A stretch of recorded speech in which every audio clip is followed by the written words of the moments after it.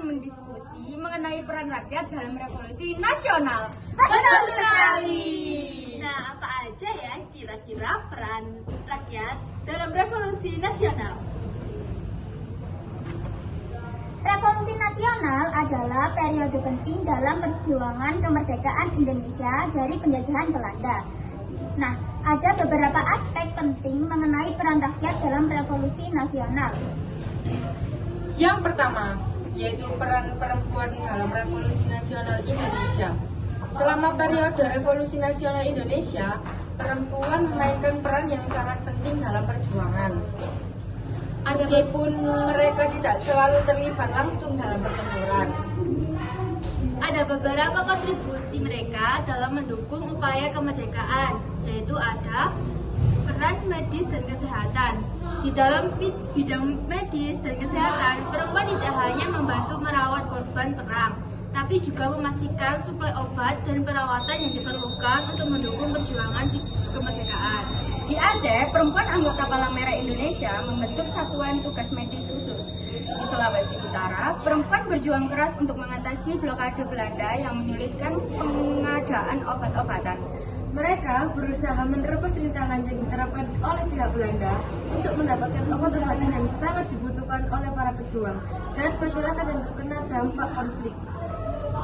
Kembali perempuan yang tergabung di dalam Palang Merah juga menjalin kontrak rahasia dengan rekan-rekan di kota-kota besar untuk menyalurkan bantuan ke desa-desa dan daerah-daerah yang dikuasai oleh gerilyawan. Selain itu, mereka memanfaatkan pengetahuan tradisional dengan mengolah tanaman obat untuk mengatasi kekurangan obat-obatan yang sulit diperoleh selama periode tersebut. Di Indonesia Timur, perempuan dari Maluku berperan aktif sebagai tenaga sukarela di rumah sakit. Ya, di Jawa mereka bertugas memeriksa dan merawat para pengungsi yang datang ke Yogyakarta, yaitu memberikan dukungan medis penting di tengah situasi yang penuh dengan tekanan. Secara keseluruhan, peran perempuan dalam bidang medis dan kesehatan selama Revolusi Nasional Indonesia sangat signifikan. Mereka berkontribusi dengan cara-cara yang inovatif dan berani untuk mendukung perjuangan kemerdekaan, mengatasi kekurangan obat, dan menyediakan perawatan medis yang sangat dibutuhkan di berbagai daerah konflik. Kontribusi upaya kemerdekaan yang kedua itu ada pendidikan. Meskipun situasi perang seringkali mempersulit berbagai aspek kehidupan, pendidikan tetap dianggap sebagai prioritas penting dalam perjuangan kemerdekaan Indonesia.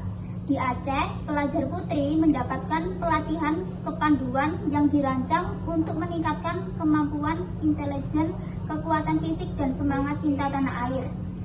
Selain itu, perempuan di Aceh secara sukarela mengambil peran sebagai guru di sekolah rendah. Mereka berfokus pada upaya memberantas buta huruf di tengah kondisi yang tidak menentu, memastikan bahwa generasi penerus bangsa tetap mendapatkan pendidikan dasar yang esensial. Di Tondano, para perempuan pejuang mendirikan Yayasan Pendidikan Bahasa pada November 1945. Yayasan ini kemudian mendirikan Sekolah Menengah Rendah Kebangsaan atau SMRK yang bertujuan untuk mendidik anak-anak bangsa dengan semangat kemerdekaan dan kebangsaan. Secara keseluruhan, upaya pendidikan yang dilakukan oleh perempuan selama Revolusi Nasional mencerminkan komitmen mereka terhadap masa depan bangsa. Melalui pelatihan kepanduan pengajaran sukarela dan pendiri lembaga pendidikan. Mereka memastikan bahwa semangat kemerdekaan dan nilai-nilai kebangsaan tetap terjaga dan diteruskan kepada generasi berikutnya. Yang ketiga, dapur umum dan logistik.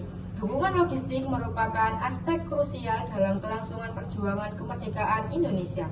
Para perempuan mengelola dapur umum dan memastikan kebutuhan logistik terpenuhi yang sangat penting bagi keberlangsungan perjuangan.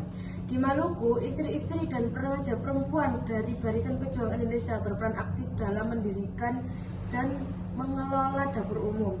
Dapur umum Ini tidak hanya menyediakan makanan bagi para pejuang, tetapi juga menyediakan tempat tinggal bagi pengungsi yang melarikan diri dari zona pertempuran. Di Aceh, perempuan juga terlibat dalam kegiatan dapur umum, menyuplai makanan kepada gerilyawan yang berjuang melawan penjajah.